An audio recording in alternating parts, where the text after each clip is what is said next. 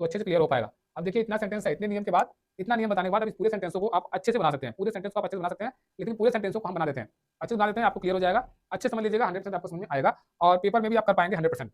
देखिए क्या दिया है कि सोहन सेड मोहन टेल्स अ लाई। सोहन सेड, सोहन सेड, तो सोहन ने कहा। तो देखिए इसके बाद जब कर्म नहीं है ना, तो यहाँ बदलाव नहीं होगा। इस बगल का ये सोहन तो बदलता ही नहीं, ये सेड बदलता है सिर्फ, लेकिन यदि इसके बाद टू नहीं आया तो ये भी बदलेगा नहीं, तो ये भी ऐसे रहेगा। कामा इंटू कामा हटेगा, तो आपको पता है कि हम असर्टिव पढ़ा रहे हैं, तो असर्टिव में कामा इंटू कामा हटता है तो सिर्फ और सिर्फ दैट आता है, तो दैट को दिमाग में रख रखिएगा। तो दैट होगा मोहन टेल्स अ लाई। तो देखिए पास्ट में है सेड, तो टेंस में बदलाव होगा, सेड आया तो टेंस में बदलाव होगा, तो मोहन टेल्स अ लाई, तो मोहन का मोहन ही रहेगा। और टेल है, टेल कौन सा टेंस है, टेल्स, क्रिया में ऐसे इस लगा, तो 12 टेंस में एक ही टेंस होता है, प्रेजेंट डिफरेंट टेंस। और प्रेजेंट के क्रम से पास्ट में, तो प्रेजेंट का पास्ट हो जाएगा, तो Mohan told the lie, tell का क्या हो जाएगा, टोल्ड और L I lie, told the lie, ठीक है। हेलो प्यारे दोस्तों, आज हम लोग नरेशन पढ़ेंगे। नरेशन का ये पहला क्लास होगा और ये बहुत ही महत्वपूर्ण क्लास होगा। एक ही क्लास में हम आपको इतना बता देंगे कि दूसरा वीडियो आपको देखने का आवश्यकता नहीं पड़ेगा। यदि आपको आज तक नरेशन नहीं समझ में आया तो 100% आज के बाद आपको पढ़ना नहीं पड़ेगा नरेशन। और देखिए नरेशन के लिए हमने बहुत सी स्लाइडें बना के रखे हुए हैं, इसमें सब कुछ आप आसानी से समझ पाएंगे और ढेर सारे एग्जाम्पल रखे हुए हैं जिसमें कि हम आपको बनवाएंगे और चार्ट और सब कुछ बना के रखे हैं, जो कि आपके सामने हम इसको एक्सरसाइज करवाएंगे। हर टाइप के सेंटेंस, जितने भी टाइप के सेंटेंस होते हैं, हर टाइप के सेंटेंस को हमने यहाँ पे समावेशित किया है, कौन किसमें बदलेगा सब कुछ बताए हुए हैं और ढेर सारे एग्जाम्पल रखे हुए हैं। अभी आप लोग के सामने यहीं पे इस सबका एक्सरसाइज किया जाएगा और भी ढेर सारी चीज़ें हैं, वो सब आज के ही क्लास में देखेंगे। और यदि ये एक क्लास आप देख लेते हैं तो आपको कोई डाउट नहीं होगा, 100% आपको समझ में आ जाएगा, 100% आपको क्लियर हो जाएगा नरेशन। आज के बाद आपको दूसरा नरेशन पढ़ना नहीं पड़ेगा, दूसरे किसी का नरेशन पढ़ने की आवश्यकता नहीं पड़ेगी। डायरेक्ट इनडायरेक्ट भी इसको कहते हैं और इसको डायरेक्ट स्पीच और इनडायरेक्ट स्पीच भी कहते हैं। डायरेक्ट नरेशन, इनडायरेक्ट नरेशन को डायरेक्ट स्पीच और इनडायरेक्ट स्पीच भी कहते हैं। तो देखिए नरेशन क्या होता है, पहले हम वो देख लेते हैं। शुरुआत से आते हैं, एकदम सबसे ऊपर आते हैं नरेशन। तो देखिए नरेशन आपके सामने दिख रहा होगा, क्या लिखा हुआ है, समझिएगा अच्छे से। नरेशन क्या होता है, नरेशन शब्द नरेट वर्ब से बना हुआ है, अच्छे समझिएगा। बहुत मेहनत से हमने इस वीडियो को बनाया हुआ है, 100% आपको क्लियर होगा। नरेशन शब्द जो है, क्या बताया गया, नरेशन शब्द जो है वो किससे बना हुआ है, नरेट वर्ड से। नरेट वर्ड जो है नरेट वर्ब से बना हुआ है। नरेट क्या है, नरेट करना एक क्रिया है, तो नरेट वर्ब एक क्रिया से बना हुआ है, वो क्रिया क्या है, नरेट। नरेट से बना हुआ है क्या, नरेशन। नरेशन बना हुआ है नरेट से, जिसका अर्थ होता है कहना, अच्छे समझिएगा। नरेशन का मतलब ही होता है क्या चीज, कहना। नरेशन का मतलब क्या होता है, कहना। अतः किसी भी घटना या इवेंट को डिस्क्राइब करना, किसी भी घटना या इवेंट को डिस्क्राइब करना, मतलब उसके बारे में बताना, समझाना, ही क्या कहलाता है, नरेशन कहलाता है। किसी भी घटना अथवा इवेंट को डिस्क्राइब करना क्या कहलाता है, नरेशन कहलाता है। नरेशन दो प्रकार के होते हैं, नरेशन क्या होते हैं, दो प्रकार के होते हैं, या नरेशन को जो बोलते हैं स्पीच बोलते हो, स्पीच दो प्रकार के होते हैं। एक होता है डायरेक्ट नरेशन, दूसरा होता है इनडायरेक्ट नरेशन। उसी को बोल देते हो डायरेक्ट स्पीच और इनडायरेक्ट स्पीच। नरेशन को हम लोग क्या बोल देते हैं, स्पीच। तो डायरेक्ट स्पीच, इनडायरेक्ट स्पीच, या डायरेक्ट नरेशन और इनडायरेक्ट नरेशन, ठीक है। और डायरेक्ट नरेशन क्या होता है, देखिए यहाँ पे हमने लिखा हुआ है अच्छे से, इसमें स्पीकर, अच्छे समझिएगा, इसमें स्पीकर द्वारा यूज किए गए एक्चुअल वर्ड का यूज होता है। एक्चुअल वर्ड का मतलब स्पीकर ने जो बोला है, स्पीकर ने जो कहा है उसके वही शब्दों को यूज किया जाता है, अर्थात एक्चुअल वर्ड को यूज किया जाता है। किसमें, डायरेक्ट स्पीच जो होता है उसमें नरेटर मतलब बोलने वाला, नरेटर के एक्चुअल वर्ड का यूज होता है डायरेक्ट में। और इनडायरेक्ट में क्या होता है, इसमें हम स्पीकर द्वारा कहे गए एग्जैक्ट वर्ड को न बोलकर इसमें कुछ बदलाव करके बोलते हैं। मतलब नरेटर ने जो बोला है, नरेटर मतलब बोलने वाला, मतलब डायरेक्ट स्पीच में जो कहा गया है, इनडायरेक्ट में जब हम बोलते हैं तो उसके एग्जैक्ट वर्ड को यूज न करके हम कुछ बदलाव करके अपने शब्दों में उसको बोल देते हैं, तो इसको हम क्या बोलते हैं, इनडायरेक्ट नरेशन या इनडायरेक्ट स्पीच। इनडायरेक्ट नरेशन या इनडायरेक्ट स्पीच आपको ये अच्छे समझ में आया होगा। इनडायरेक्ट नरेशन या इनडायरेक्ट स्पीच, आपको स्क्रीनशॉट लेना है तो स्क्रीनशॉट आप ले सकते हैं, ये बहुत मेहनत से हमने बनाया है, आपको 100% समझ में आ रहा होगा नरेशन क्या होता है और ये डायरेक्ट और इनडायरेक्ट स्पीच क्या होता है। ठीक है, आगे बढ़ते हैं हम इसको। देखिए सेकंड पेज, सेकंड देखिए, डायरेक्ट इनडायरेक्ट के बाद क्या आता है, इसके पार्ट्स को समझ लीजिएगा। Parts of direct speech, direct speech के पार्ट्स क्या होते हैं, डायरेक्ट स्पीच के भाग क्या होते हैं। तो डायरेक्ट स्पीच के दो भाग होते हैं, पहला होता है रिपोर्टिंग वर्ब, बहुत महत्वपूर्ण भाग है रिपोर्टिंग वर्ब, और दूसरा होता है रिपोर्टेड स्पीच। आप बेसिकली हम आपको बता दे रहे हैं, रिपोर्टिंग वर्ब क्या होता है, जब भी हम डायरेक्ट स्पीच देखते हैं, मतलब जो लाइन लिखी होती है डायरेक्ट की, उसमें कामा इन्वर्टेड कामा के पहले वाली जो क्रिया होती है, रिपोर्टिंग वर्ब नाम है इसका। वर्ब आप कह रहे हैं रिपोर्टिंग वर्ब, तो वर्ब माने क्या होता है, क्रिया, रिपोर्ट करने वाली क्रिया, सेंटेंस को बनाने वाली क्रिया को रिपोर्टिंग वर्ब बोलते हैं। मतलब कामा इन्वर्टेड कामा की जो पहले वाली क्रिया है, क्या अंडरलाइन किए हुए हैं, कामा इन्वर्टेड कामा के पहले वाली क्रिया को हम क्या बोलते हैं, रिपोर्टिंग वर्ब। और कामा इन्वर्टेड कामा के अंदर के पूरे सेंटेंस को हम बोलते हैं रिपोर्टेड स्पीच। कामा इन्वर्टेड कामा के अंदर के पूरे सेंटेंस को हम बोलते हैं रिपोर्टेड स्पीच। समझ आ रहा होगा 100%, ठीक है। रिपोर्टिंग वर्ब और रिपोर्टेड स्पीच, जैसे क्या है, कामा इन्वर्टेड कामा के पहले की क्रिया, वर्ब को क्या बोलते हैं, रिपोर्टिंग वर्ब। जैसे महेश सेड, तो इसमें सेड क्या है, रिपोर्टिंग वर्ब है। और रिपोर्टेड स्पीच क्या हो गया, कामा तथा इन्वर्टेड कामा के अंदर का पूरा सेंटेंस, कामा इन्वर्टेड कामा के अंदर का पूरा सेंटेंस। जैसे महेश सेड, महेश ने क्या कहा, I will come to the party, मैं पार्टी में आऊंगा। तो कामा इन्वर्टेड कामा के पूरा अंदर जो सेंटेंस है, ये पूरा का पूरा क्या है, रिपोर्टेड स्पीच है। रिपोर्टेड स्पीच इन्वर्टेड कामा के अंदर का सेंटेंस, रिपोर्टिंग वर्ब क्या हो गया, कामा इन्वर्टेड कामा के पहले वाली क्रिया। 100% आपको क्लियर हो रहा होगा।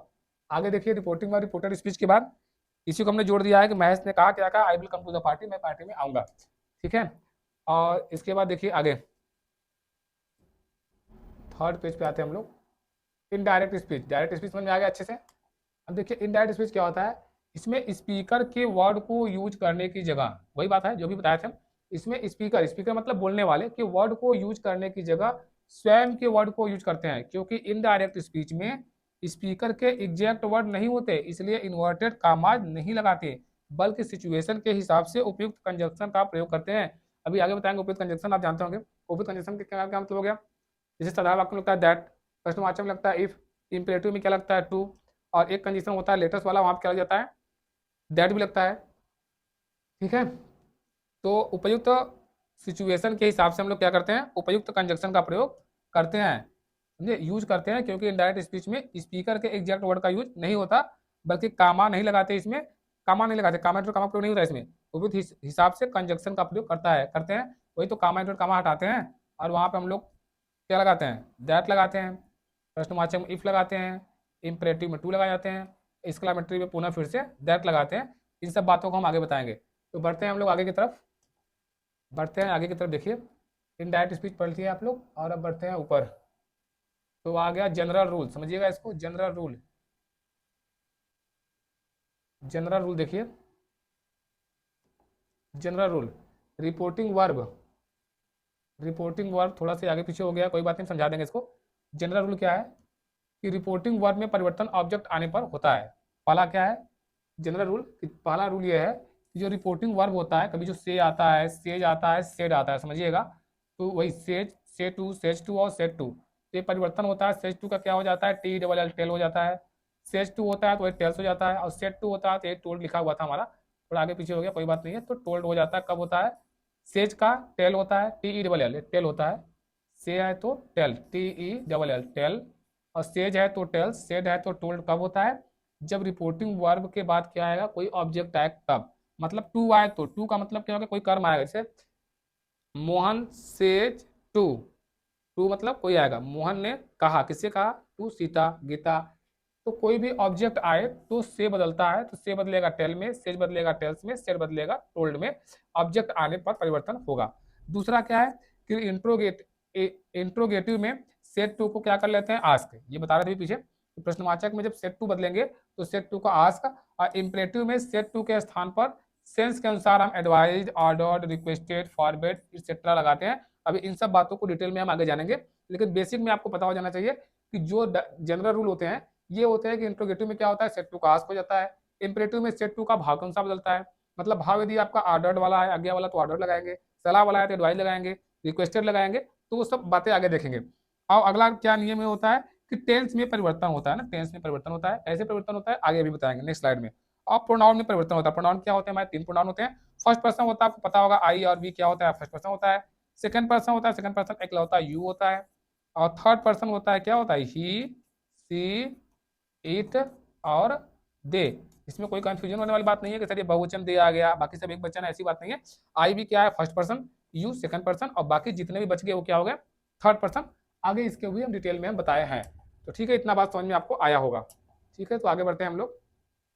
देखिए प्रोनाउन में जो परिवर्तन है, ये प्रोनाउन में परिवर्तन के लिए हमने चार्ट लिया हुआ है, इसको आप हेडिंग कर सकते हैं, प्रोनाउन चेंज। प्रोनाउन चेंज, जो प्रोनाउन में चेंज होता है उसके लिए एक छोटा सा रूल है, आपने कभी ना कभी तो पढ़ा ही होगा कि 1 2 3 बटे SON या SON बटे 1 2 3। तो ये क्या होता है कि ये 1 2 3 जो है ये क्या होता है, हमारे पर्सन होते हैं। कौन से पर्सन, एक है फर्स्ट पर्सन, दो है सेकंड पर्सन और तीन है थर्ड पर्सन। SON क्या होता है, सब्जेक्ट, ऑब्जेक्ट और एन फॉर नो चेंज। तो समझिएगा अच्छे से, यहाँ पर डिटेल में समझाया हुआ है कि फर्स्ट पर्सन किसके अनुसार बदलता है, तो सब्जेक्ट के अनुसार। फर्स्ट पर्सन जो है, एक क्या है, फर्स्ट पर्सन है, दो क्या है, सेकंड पर्सन है, तीन क्या है, थर्ड पर्सन है। और यस तो एन भी बता दिया, यस क्या है, हमारा सब्जेक्ट है अर्थात करता है, ओ क्या है, ऑब्जेक्ट है अर्थात कर्म है, और एन क्या है, नो चेंज अर्थात इसमें बदलाव नहीं होगा वो है। तो फर्स्ट पर्सन किसके अनुसार बदलता है? कर्ता के अनुसार। सेकंड पर्सन ऑब्जेक्ट अर्थात कर्म के अनुसार। और थर्ड पर्सन नो चेंज। ये सब बातें आपको तब समझ में आएगी जब हम सेंटेंस बनाएंगे, और वहां पे आपको हम एक्चुअल में बना के दिखाएंगे तब क्लियर ज़्यादा होगा। ठीक है। फर्स्ट पर्सन में अच्छा यहाँ भी हम बताया था कि फर्स्ट पर्सन आई और वी आता है, सेकंड पर्सन में यू आता है, और थर्ड पर्सन में फिर वही बात आ जाएगा जो अभी हम बता रहे थे कि थर्ड पर्सन में हमारा आ जाएगा वही क्या आएगा, ही सी इट और दे। ही सी इट और दे क्या होते हैं? Third person. उसके बाद देखिए बहुत जरूरी पार्ट आपका ये है प्रोनाउन चार्ट। प्रोनाउन चार्ट समझिएगा। प्रोनाउन चार्ट आपको अच्छे से आना ही आना चाहिए। समझिएगा हमारे पर्सन कितने होते हैं? 3 होते हैं। फर्स्ट पर्सन, सेकंड पर्सन और थर्ड पर्सन। आपको पता है पर्सन 3 होते हैं, फर्स्ट पर्सन, सेकंड पर्सन और थर्ड पर्सन। थोड़ा सा इसको आउट होना चाहिए था, कोई बात नहीं है, अब जैसे है वैसे पढ़ लीजिए। तो फर्स्ट पर्सन में क्या हो गया? आई और वी हो गया, सेकंड पर्सन में यू और थर्ड पर्सन में ही सी इट और दे। अभी हम बताएं आप लोग को। अब आई जो फर्स्ट पर्सन है इसका ऑब्जेक्टिव केस पॉजेसिव केस आपको पता होना चाहिए, तभी आप वहां पे यूज कर पाते हैं। देखिए आई का आपको याद करना पड़ेगा, आई का ऑब्जेक्टिव केस क्या होता है? मी। पॉजेसिव केस क्या होता है? ये ई यहाँ से यहाँ आ गया। पॉजेसिव केस क्या होता है? माई और माइन होता है। वी का ऑब्जेक्टिव केस अस होता है, ऑब्जेक्ट की जगह पे कर्म की जगह प्रयोग करेंगे तो अस होगा, और पॉजेसिव आवर और आवर्स होगा। ठीक है। यू का यू ही रहेगा, और पॉजेसिव केस में क्या होगा? योर और योर्स हो जाएगा। जब बढ़ेगा सेंटेंस तो वहां पे आपको इसको लगाना अच्छे से समझ में आएगा, और हम आपको ला के पीछे दिखाएंगे बार बार, क्लियर हो जाएगा आपका। ही का क्या होता है? हिम, और यहाँ पे हिज। सी का क्या होता है? हर, यहाँ पे क्या हो जाएगा? हर ही होता है। इट का इट्स, ऑब्जेक्टिव यूज था, दे का देम और दियर हो जाता है। तो ये सब होता है, लेकिन ये सब बातें आपको अच्छी समझ में आएगी जब सेंटेंस पढ़ेंगे तब। तो हम सेंटेंस की तरफ ही बढ़ते हैं थोड़ा सा नियम को देखते हुए। देखिए उसके बाद हमारा एक नियम आता है असर्टिव सेंटेंस। सबसे पहले पढ़ना स्टार्ट करेंगे तो हम लोग क्या पढ़ेंगे? Assertive sentence. असर्टिव सेंटेंस का मतलब क्या होता है कि इसमें 2 टाइप के सेंटेंस होते हैं। असर्टिव सेंटेंस का मतलब 2 टाइप के सेंटेंस कौन कौन से? इसमें अफर्मेटिव और निगेटिव दोनों आता है। असर्टिव में कौन कौन आते हैं? अफर्मेटिव और निगेटिव, मतलब साधारण और नकारात्मक दोनों आ जाते हैं। मतलब जो पहला टाइप असर्टिव पढ़ेंगे इसमें हम साधारण और नकारात्मक टाइप के पढ़ेंगे, और प्रश्नवाचक इसके जस्ट बाद हम लोग पढ़ेंगे। तो साधारण नकारात्मक देखिए अच्छे से समझिएगा, क्योंकि ज़्यादातर रूल साधारण का ही है। यदि आपको साधारण 100% आपको आ जाता है तो 90% आप नियम सब जान जाएंगे। 10% जो बचेगा वो इंट्रोगेटिव, इंपरेटिव, ऑप्टेटिव, एक्सक्लेमेटरी कोई भी होगा, दिक्कत नहीं होगा, लेकिन बेसिक रूल तो इसी में है जो आप पढ़ते आ रहे हैं। देखिए तो यहाँ पे क्या हो जाएगा? पहला नियम कि यदि रिपोर्टिंग वर्ब प्रेजेंट या फ्यूचर में हो। रिपोर्टिंग वर्ब कहाँ हो? प्रेजेंट में हो या फ्यूचर में हो। रिपोर्टिंग वर्ब यदि प्रेजेंट में हो या फ्यूचर में हो तो रिपोर्टेड स्पीच के टेंस में परिवर्तन नहीं होता। रिपोर्टिंग वर्ब और रिपोर्टेड स्पीच क्या होता है? इन्वर्टेड, पीछे बताया था, इन्वर्टेड कामा के पहले वाली क्रिया क्या बोलते हैं? Reporting verb. Comma inverted comma के पहले वाली क्रिया को हम बोलते हैं रिपोर्टिंग वर्ब, और कामा इन्वर्टेड कामा के अंदर के पूरे सेंटेंस को हम बोलते हैं रिपोर्टेड स्पीच। पीछे बता चुके हैं। तो देखिए रिपोर्टिंग वर्ब प्रेजेंट या फ्यूचर में हो, यस से वाई सी किस में है? विल से दे दिया है तो साफ साफ दिख रहा है फ्यूचर में है। तो रिपोर्टिंग वर्ब फ्यूचर में है तो रिपोर्टेड स्पीच के टेंस में बदलाव नहीं होगा। मतलब यदि इसको अंग्रेजी बनाएंगे तो क्या हो जाएगा? मोहन का मोहन ही रहेगा। कैसे बनेगा? मोहन का मोहन ही रहेगा। विल से का विल से ही रहेगा। मोहन विल से का क्या हो जाएगा? टेल। कर्म नहीं है इसके बाद तो नहीं बदलेगा, विल से का से ही रहेगा। बताया था ना कि से के बाद एक टू आया तो बदलेगा, और यदि टू नहीं आया तो विल से का विल से ही रहेगा। ठीक है। यदि विल से टू किसी से रहता तो विल टेल हो जाता, और फिर कामा टू कामा हटेगा तो इसमें क्या आएगा? दैट। साधारण वाक्यों में कामा और इन्वर्टेड कामा जब हटता है तो इसकी जगह पे क्या आता है? कंजक्शन होता है, इसकी जगह पे कंजक्शन दैट आता है। तो इन सब में कामा इन्वर्टेड कामा हटेगा तो दैट ही आएगा। तो Mohan will say that Lata is very intelligent, तो क्या हो जाएगा? लता का लता ही रहेगा। That Lata is very intelligent, तो लता इज वेरी इंटेलिजेंट ही रहेगा। लता इज वेरी इंटेलिजेंट क्यों यही रहेगा? क्योंकि हमने बताया ना अभी, क्योंकि ये विल से हो गया तो फ्यूचर में हो गया। यदि रिपोर्टिंग में प्रेजेंट या फ्यूचर में हो तो रिपोर्टेड स्पीच टेंस से बदलाव नहीं करते, तो इज का आवाज होता, लेकिन यहाँ फ्यूचर में होने के कारण हमारा इज का इज रह गया, बाकी कोई बदलाव करने लायक नहीं है तो नहीं बदलेगा। ठीक है। देखिए सी सेज टू मी, उसने मुझसे कहा। फिर सेज साफ साफ दिख रहा है ऐसे वाई यस, मतलब प्रेजेंट में हो गया। प्रेजेंट में सी का सी रहेगा, लेकिन सेज टू आया तो से टू का क्या हो जाएगा? टेल्स। सेज का क्या हो जाएगा? T E tells me, she tells me. Comma to comma क्या आएगा? दैट। अब देखिए यहाँ समझिएगा, आई फर्स्ट पर्सन कर्ता के अनुसार। पीछे बताया ना एस ओ एन बटे 1 2 3, पीछे बताया एस ओ एन बटे 1 2 3 या 1 2 3 बटे एस ओ एन। इसको क्या होता है इसका कि फर्स्ट पर्सन कर्ता के अनुसार, सेकंड पर्सन कर्म के अनुसार, और थर्ड पर्सन नो चेंज। तो आई कौन सा पर्सन है? फर्स्ट पर्सन, तो कर्ता के अनुसार आई कर्ता कौन है? सी है, तो सी के अनुसार क्या हो जाएगा? दैट सी। सी अब प्रेजेंट में है तो टेंस नहीं बदलेगा, तो that she love you. You me के अनुसार love me. You second person कर्म के अनुसार, सेकंड पर्सन कर्म के अनुसार, कर्म के अनुसार क्या हो जाएगा? मी हो जाएगा। That she love me. ठीक है, समझ में आया होगा आपको। अगला वाक्य देखिएगा, ही सेड टू मी, तो ही का ही रहेगा, मी का मी रहेगा। इसमें बदलता कौन है इस बगल, सिर्फ और सिर्फ ये सेड बदलता है। तो ये क्या हो जाएगा, has, he has said to me, तो ही हैज सेड टू का क्या हो जाएगा, told. He has told, me का मी रहेगा, कामा का दैट आएगा आएगा। लेकिन ये हो गया प्रेजेंट परफेक्ट में हैज है, हाँ तो कोई दिक्कत नहीं है, हैज आ गया ना। सेड देख के लग रहा है कि पास्ट हो गया, लेकिन हैज सेड आप देखेंगे तो प्रेजेंट में भी प्रेजेंट परफेक्ट जो होता है वहाँ पे वर्ब का थर्ड फॉर्म तो आता ही है। तो had said to me that Rohit will join the camp, तो रोहित पूरा का पूरा Rohit will join the camp, पूरा का पूरा ये सेंटेंस हम लोग उतार लेंगे, इसमें कोई डाउट नहीं होगा, क्योंकि ये हैड सेड रिपोर्टिंग वर्ब जो था प्रेजेंट में था, प्रेजेंट का परफेक्ट टेंस है, तो इसलिए दैट लगा के अंदर के सेंटेंस रिपोर्टेड स्पीच में कोई बदलाव नहीं किए। क्यों, क्योंकि रिपोर्टिंग वर्ब जो था वो प्रेजेंट में था, इसलिए रिपोर्टेड स्पीच के टेंस में बदलाव नहीं होगा। क्लियर होगा बात। देखिए, दे से आई केम टू होम, दे से तो दे का दे रहेगा, दे से पूरा रहेगा, से के बाद कुछ आता टू रहता तो टेल हो जाता, नहीं तो दे से ही रहेगा। यहाँ पे दैट लगाएंगे हम लोग। आई फर्स्ट पर्सन दे के अनुसार क्या हो जाएगा, फर्स्ट पर्सन करता दे के अनुसार दे हो जाएगा, दे। अब दे केम टू होम, तो केम टू होम का केम टू होम ही रहेगा, इसमें टेंस में बदलाव नहीं कर सकते हम। क्यों नहीं कर सकते, क्योंकि ये प्रेजेंट में है रिपोर्टिंग वर्ब, इसलिए। ठीक है, तो ये आपका साधारण सा नियम था कि जब रिपोर्टिंग वर्ब प्रेजेंट या फ्यूचर में हो तो रिपोर्टेड स्पीच के टेंस में बदलाव नहीं होता। तो बहुत आसानी से बहुत आराम से एक एक वाक्य को हम समझा के बताएं, तो 100% आपको ये पहला नियम क्लियर होगा कि जब रिपोर्टिंग वर्ब कामा इंटर कामा के पहले वाली जो क्रिया है, यदि वो प्रेजेंट में हो या फ्यूचर में हो, तो कामा इंटर कामा के अंदर वाले जो वाक्य होंगे उसके टेंस में बदलाव नहीं करेंगे। बाकी जो प्रोनाउन आएगा I we you they he she it, ये सब बदलेगा। ई सी जो होता है थर्ड पर्सन होता है तो नो चेंज होता है, आपको पता है। और फिलहाल बाकी जो आएंगे वो बदलेंगे। तो ठीक है, तो आगे बढ़ते हैं हम लोग, थोड़ा सा आगे बढ़ते हैं। रूल 2 देखिए, समझिएगा अच्छे से। रूल 2 इंपॉर्टेंट रूल है, रूल 1 से ज़्यादा इंपॉर्टेंट रूल 2 है, तो समझिएगा अच्छे से। क्या है हमारा इधर थोड़ा सा, यदि रिपोर्टिंग वर्ब पास्ट टेंस में हो तो रिपोर्टेड स्पीच के टेंस में परिवर्तन होता है। क्या बताया गया, यदि रिपोर्टिंग वर्ब पास्ट टेंस में हो तो रिपोर्टेड स्पीच के टेंस में परिवर्तन होता है। ठीक है, पास्ट टेंस का मतलब क्या होगा, कामा एंटर कामा की जो क्रिया होती है, जो से था, अब से न रह करके क्या रहेगा, यस से आई डी सेड होगा। तो सेड होगा तो परिवर्तन होगा, पास्ट टेंस में होगा तो परिवर्तन होगा, प्रेजेंट में था पीछे के वाक्य देखें तो परिवर्तन नहीं हुआ था, यहाँ परिवर्तन होगा। अब प्रेजेंट के चारों टेंस क्रम से पास्ट के चारों टेंस में परिवर्तित होंगे। जैसे प्रेजेंट का इंडिफिनिट होता है तो किसमें बदलेगा, पास्ट के इंडिफिनिट में। उसी प्रकार से यहाँ लिखा है प्रेजेंट का कंटिन्यूअस, तो बदलेगा किसके, पास्ट के कंटिन्यूअस में। प्रेजेंट का परफेक्ट तो पास्ट के परफेक्ट में। सिंपल समझ में आ रहा होगा कि प्रेजेंट के चारों क्रम से पास्ट के चारों में, तो प्रेजेंट का परफेक्ट है तो पास्ट का परफेक्ट हो जाएगा। अब प्रेजेंट का परफेक्ट कंटिन्यूअस है तो ये भी पास्ट का परफेक्ट कंटिन्यूअस हो जाएगा। कुछ और बदलाव है, जैसे कि पास्ट का इंडिफिनिट जो होता है, समझिएगा अच्छे से, जो पास्ट का इंडिफिनिट होता है वो पास्ट के परफेक्ट में बदलता है, पास्ट का इंडिफिनिट पास्ट के परफेक्ट में, और पास्ट का कंटिन्यूअस पास्ट के परफेक्ट कंटिन्यूअस में, और पास्ट का परफेक्ट, समझिएगा इसको कि पास्ट का परफेक्ट नो चेंज, और पास्ट का परफेक्ट और कंटिन्यूअस नो चेंज, इसमें कोई बदलाव नहीं होता। हाँ, नहीं बदलाव का मतलब टेंस में बदलाव नहीं होगा, लेकिन जो प्रोनाउन होंगे, यू होगा आई होगा, ये सब प्रोनाउन बदलेंगे। जैसे निकटता सूचक शब्द नाउ का देन होता है, दिस का दैट होता है, दिस का दोज होता है, हियर का देयर होता है, स्टरडे का the next day previous day, तो ये सब परिवर्तन होंगे, लेकिन टेंस में परिवर्तन हम लोग का नहीं होगा इन दो टेंसों में। उसके बाद देखिए आगे आता है, हम लोग आगे आते हैं इसमें फ्यूचर टेंस। देखिए प्रेजेंट की बात हो गई, पास्ट की बात हो गई, प्रेजेंट की बात हो गई और पास्ट की बात हो गई, अच्छे समझ में आया होगा, समझा दे रहे हैं एक बार।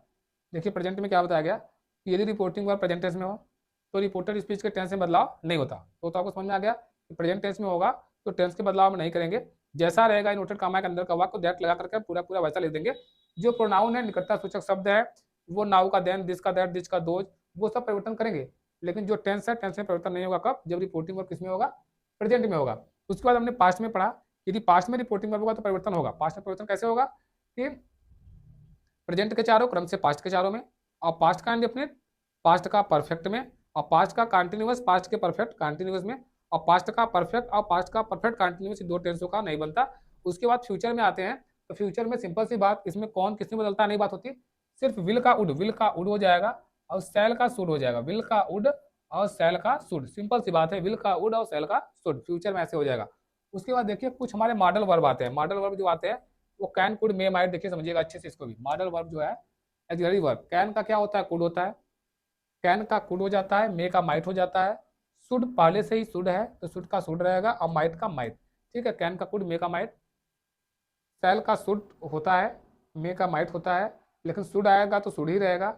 मे का माइट होता है, लेकिन डायरेक्ट में माइट आया ही है, तो इनडायरेक्ट बनाएंगे तो माइट का मे नहीं कर देंगे, तो माइट का माइट ही रहेगा। ठीक है, कैन का कुड, मे का माइट, सेल का शुड, लेकिन शुड आया तो शुड ही, कुड आया तो कुड ही, माइट आया तो माइट ही। ये आपको पता होना चाहिए। तो चलिए आगे बढ़ते हैं, वाक्य को देखते हैं, बढ़िया समझ में आएगा आपको। सेंटेंस को देखेंगे ना तो अच्छे से क्लियर हो पाएगा। अब देखिए इतना सेंटेंस है, इतने नियम के बाद, इतना नियम बताने के बाद अब इस पूरे सेंटेंसों को आप अच्छे से बना सकते हैं। पूरे सेंटेंस को आप अच्छे से बना सकते हैं, लेकिन पूरे सेंटेंसों को हम बना देते हैं, अच्छे से बना देते हैं, आपको क्लियर हो जाएगा। अच्छे से समझ लीजिएगा, 100% आपको समझ में आएगा और पेपर में भी आप कर पाएंगे 100%। देखिए क्या दिया है कि सोहन सेड मोहन टेल्स अ लाई। सोहन सेड तो सोहन ने कहा। तो देखिए इसके बाद जब कर्म नहीं है ना तो यहाँ बदलाव नहीं होगा। ये इस बगल का ये सोहन तो बदलता ही नहीं, ये सेट बदलता है सिर्फ, लेकिन यदि इसके बाद टू नहीं आया तो ये भी बदलेगा नहीं, तो ये भी ऐसे रहेगा।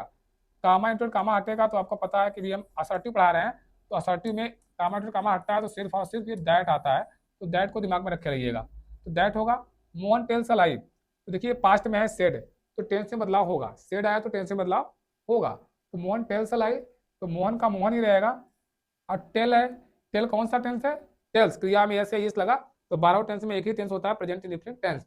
अब प्रेजेंट के क्रम से पास्ट में, तो प्रेजेंट का पास्ट हो जाएगा, तो Mohan told a lie, tell का क्या हो जाएगा, told a lie, lie, told a लाई। ठीक है, सोनू सेड टू मी, तो सोनू का सोनू रहेगा, मी का मी रहेगा, सेड टू का क्या हो जाएगा, टोल्ड, तो Sonu told me that, that हो जाएगा।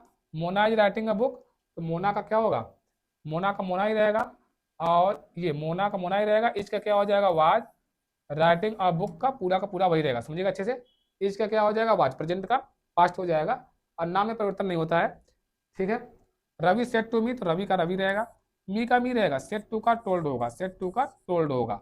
और दैट यहाँ पे आएगा, कामा कामा जगह पे दैट आएगा, और दैट के बाद क्या हो जाएगा, आई फर्स्ट पर्सन करता रवि के अनुसार, फर्स्ट पर्सन करता रवि के अनुसार। ये आपको समझ में आना चाहिए जो हम बता रहे हैं, फर्स्ट पर्सन करता रवि के अनुसार। तो ये आप लोगों ने कौन बताए थे अभी, अभी पीछे जो बताए थे, चार्ट जो बताए थे कि आई जो है, आई देखिए कौन सा पर्सन है, यहाँ बताया गया ना, यहाँ देखिए साफ साफ दिख रहा है कि आई जो है, आई कौन सा पर्सन है, फर्स्ट पर्सन। ठीक है, ये चार्ट बहुत काम किया है, जो भी बदलाव पीछे हम कर रहे हैं ना वो यहीं से कर रहे हैं, आई फर्स्ट पर्सन है तो इसके अनुसार परिवर्तन हो रहा है। तो अब देखिएगा वहाँ पे समझ में आएगा आपको जो हम बता रहे थे अभी। तो यहाँ पे कौन से सेंटेंस में हम थे, तो यहाँ पे था ये मोहन हो गया था, अच्छा नहीं ये तो प्रेजेंट वाला है ना, अभी आगे बढ़ गए थे हम।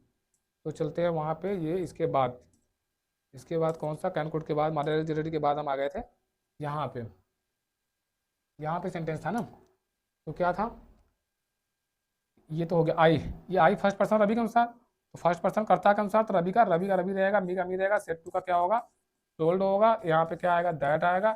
और रवि के अनुसार हम लोग रवि लिखेंगे, या तो एक काम और कर सकते हैं, रवि की जगह पे हम लोग ही लिख सकते हैं ना, क्योंकि रवि क्या है, लड़का है, तो लड़का के लिए क्या आता है, ही आता है, थर्ड पर्सन में ही। और सेड है, पास्ट में है, टोल्ड हुआ है यहाँ पे, और यहाँ पे विल का क्या हो जाएगा, वुड, सी विल का would, she would meet, MEET meet, meet her, her क्यों नहीं बदला, क्योंकि हर क्या है, थर्ड पर्सन। ठीक है, और कामा और कामा हट जाता है, फुल स्टॉप लग जाता है। देखिए ही सेड का ही सेड रहेगा, दैट लगेगा, क्यों सेड नहीं बदला, क्योंकि इसके बाद कोई कर्म नहीं है, अच्छे समझ लीजिएगा। आई फर्स्ट पर्सन ही के अनुसार ही हो जाएगा, कैन का कुड हो जाएगा, और ड्राइव कार का ड्राइव कार रहेगा, कार थोड़ी बदलेंगे, कार का बस थोड़ी हो जाएगा। सी सेड, तो सी सेड ही रहेगा, क्यों, क्योंकि इसके बाद ऑब्जेक्ट नहीं है, तो दैट लगा लीजिए। अब आई फर्स्ट पर्सन सी के अनुसार क्या हो जाएगा, सी ही होगा, दैट सी। मे का क्या होगा, माइट होगा, दैट सी माइट। फिर वास क्रिया है तो वास ही रहेगा, सेड पास्ट में बदलेगा, ये ना सेड क्या है, पास्ट में है तो बदलेगा, मे का माइट हो गया, टेस्ट बदलेगा, अच्छा मे का माइट हो गया ना, तो ठीक है, वास का वास ही रहेगा। अब माई, माई का देखो आई था तो आई के लिए क्या लगा था, माई, अब सी हो गया तो सी के लिए क्या लगेगा, हर, दैट सी माइट वास, उसके बाद हर शर्ट, HER हर, SHIRT शर्ट। ठीक है, सी सेट टू मी, उसने मुझसे कहा, तो सी ऐसे रहेगा, मी ऐसे रहेगा, सेट टू का क्या हो जाएगा, told, she told me, comma told comma हटेगा, दैट आएगा। यू सेकंड पर्सन, कर्म के अनुसार, कर्म क्या है, मी है, मी के अनुसार क्या हो जाएगा, यहाँ पे कर्ता की जगह पाएगा तो आई आएगा। ठीक है, अब हैड है, हैड कंप्लीटेड, हैड आ गया तो कौन सा टेंस हो गया, पास्ट परफेक्ट टेंस, तो पास्ट परफेक्ट टेंस में कोई बदलाव नहीं होता, तो हैड कंप्लीटेड वर्क का हैड कंप्लीटेड वर्क होगा। आप लोग को अच्छा लग रहा है तो लाइक अवश्य करिएगा। ठीक है, आगे बढ़ते हैं हम, लाइक अवश्य करिएगा, चैनल पर नया तो सब्सक्राइब करिएगा, अपने दोस्तों में भेजिएगा भी। देखिए एक बहुत इंपॉर्टेंट रूल है जो कि आप लोग के बोर्ड एग्जाम और कंपटीशन में भी यहाँ से आता है, बहुत ही सिंपल है कि जब रिपोर्टेड स्पीच यदि रिपोर्टेड स्पीच में सदा सत्य रहने वाले वाक्य हो, सदा सत्य रहने वाला मतलब यूनिवर्सल ट्रूथ, यूनिवर्सल ट्रूथ, सदा सत्य रहने वाले वाक्य हो, तो रिपोर्टिंग वर्ब पास्ट में होने पर भी कोई परिवर्तन नहीं होता। मतलब यदि यहाँ पे सदा सत्य, देखिए सेड है, सेड है, सेड है, मतलब क्या हो गया कि अंदर का टेंस बदलेगा ना। अभी आपने पढ़ा बहुत ढेर सारा कि सेड आया तो अंदर का वाक्य बदलेगा, लेकिन क्या बताया गया यहाँ पे, यदि रिपोर्टेड स्पीच में सदा सत्य रहने वाले वाक्य हो तो रिपोर्टिंग वर्ब पास्ट में होने पर भी कोई परिवर्तन नहीं होता। कहाँ पे, रिपोर्टेड स्पीच में कोई परिवर्तन नहीं होता पास्ट में होने पर भी। कब, कंडीशन ये है कि कामा और कमा के अंदर सदा सत्य रहने वाले वाक्य हैं। तो ढेर सारे एग्जाम्पल हैं, हम बनवा देते हैं, आपको समझ में आ जाएगा। ये सब हम डायरेक्ट लिए हुए हैं, डायरेक्ट लिए हुए हैं, और सभी के इनडायरेक्ट हम आपको दिखा देते हैं। बस मिनटों में पूरा हो जाएगा, बस थोड़ा सा और बचा हुआ है, आप अच्छे समझिएगा, समझ में आएगा। देखिए सी सेड है तो सी सेड ही रहेगा, इसके बाद ऑब्जेक्ट नहीं है तो सेड नहीं बदलेगा। दैट लगाइएगा, दैट।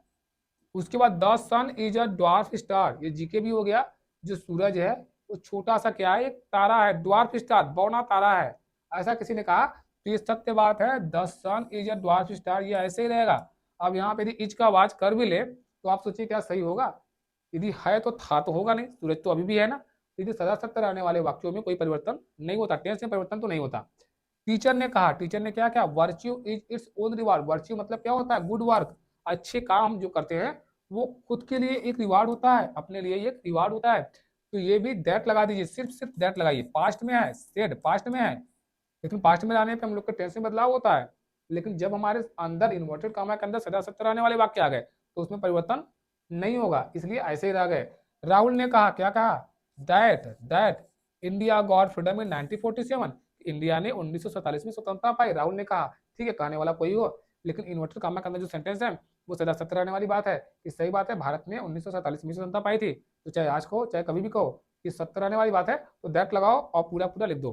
ठीक है, और देख लो, मेरे पिताजी ने मुझसे कहा, my father said to me, मेरे पिता मुझसे क्या क्या कहा, earth moves around the sun, कि पृथ्वी जो है सूर्य का चक्कर लगाती है। भाई सत्य बात है, तो सिर्फ और सिर्फ यहाँ दैट लगाओ और इधर का कुछ भी बदलाव नहीं होगा, पूरा का पूरा ऐसे ही रह जाएगा। आपको 100% समझ में आ रहा होगा, एक भी परसेंट डाउट नहीं होगा। यदि डाउट होगा तो कमेंट अवश्य करिएगा, कमेंट अवश्य करिएगा, जैसा भी आपको लगा हुआ क्लास। द टीचर से, टीचर ने कहा, क्या कहा, उसके बाद आप दैट लगाइए जैसे करते आ रहे हैं। Taj Mahal built by the Shah Jahan, के ताजमहल को शाहजहां ने बनाया था, या ताजमहल शाहजहां के द्वारा बनाया गया है। Built by the Shah Jahan passive sentence है।